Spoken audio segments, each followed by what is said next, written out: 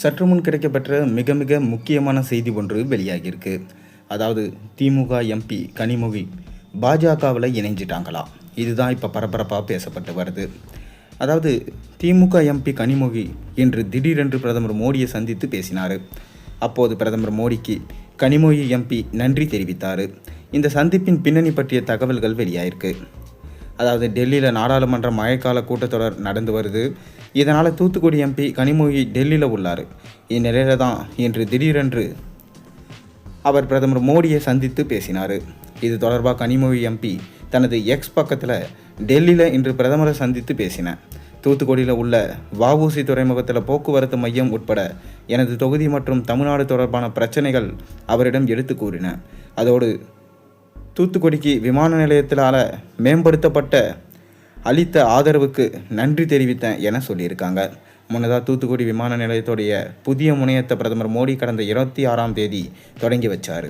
தூத்துக்குடி விமான நிலையம் 452 கோடி செலவில் விரிவாக்கம் செய்யும் பணி தொடங்கி விறுவிறுப்பாக நடைபெற்று வந்தது. 3115 மீட்டர் நீளம் கொண்ட விமான ஓடுதளம், இரவு நேரத்தில் விமானம் தரையிறங்குவதற்கான வசதிகள், ஒரே நேரத்தில் 5 A321 ரக விமானங்களை நிறுத்தி வைக்கக்கூடிய வசதிகள் கொண்டு வரப்பட்டிருக்கு. இந்த புதிய முனையத்தை பிரதமர் நரேந்திர மோடி கடந்த மாதம் 26ஆம் தேதி தொடங்கி வச்சார். இதைத் தொடர்ந்து புதிய முனையத்திலிருந்து விமானங்களை இயக்குவது, பயணிகள் முனைய செயல்பாடுகளை மேற்கொள்வதற்கான பணிகள் நடந்து வந்தன.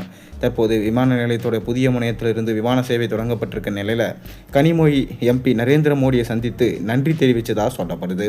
ஆனால் இதற்கான உண்மையான காரணம் என்ன? கண்டிப்பாக கனிமொழி அவங்களுக்கான நியாயம் வேண்டும் என்று தான் பிரதமர் மோடியை சந்திச்சிருக்காங்க. அதாவது திமுகவில் ஸ்டாலின் அவர்கள் தனக்கான உரிமையை வழங்குவார், தனக்கு துணை முதலமைச்சரை அந்த பதவியை கொடுப்பாரு என்ற நம்பிக்கையோடு காத்திருந்தாங்க. ஆனால் உதயநிதி ஸ்டாலினுக்கு அவர் கொடுத்துட்டாரு. இதன் காரணமாக தான் கனிமொழி எவ்வளவோ கேட்டும் ஸ்டாலின் அவர்கள் அவங்க பக்கம் திரும்பாததுனால பாஜகவில் இணைய போகிறதா ஒரு புது தகவல் இப்போ ஓடிக்கொண்டிருக்கு. இது எந்த அளவுக்கு உண்மை என்பது தெரியவில்லை என இணையவாசிகள் சொல்லிட்டு வராங்க. ஆனாலும் கனிமொழி இந்த மாதிரி பண்ணுறது சரியில்லை என எதிர்க்கட்சிகள் தொடர்ந்து சொல்லிட்டு தான் வராங்க. எது எப்படி இருந்தாலும் தனக்கான உரிமை, தனக்கான பதவி வேண்டும் என்று தான் கனிமொழி இப்படி பண்ணுறாங்க என பேசப்பட்டு வருது. இதனால் ஸ்டாலின் ரொம்பவே கலக்கத்தில் இருக்கார். ஸ்டாலின் அவர்கள் ஆடி போய் இருக்கிறதா சொல்லப்படுது. மேலும் துணை முதல்வர் பதவி கனிமொழிக்கு தரப்படுமா தரப்படாதா? நீங்கள் உங்களுக்கு தெரிஞ்ச கருத்துக்களை மறக்காம கீழே கமெண்ட்டில் சொல்லுங்கள்.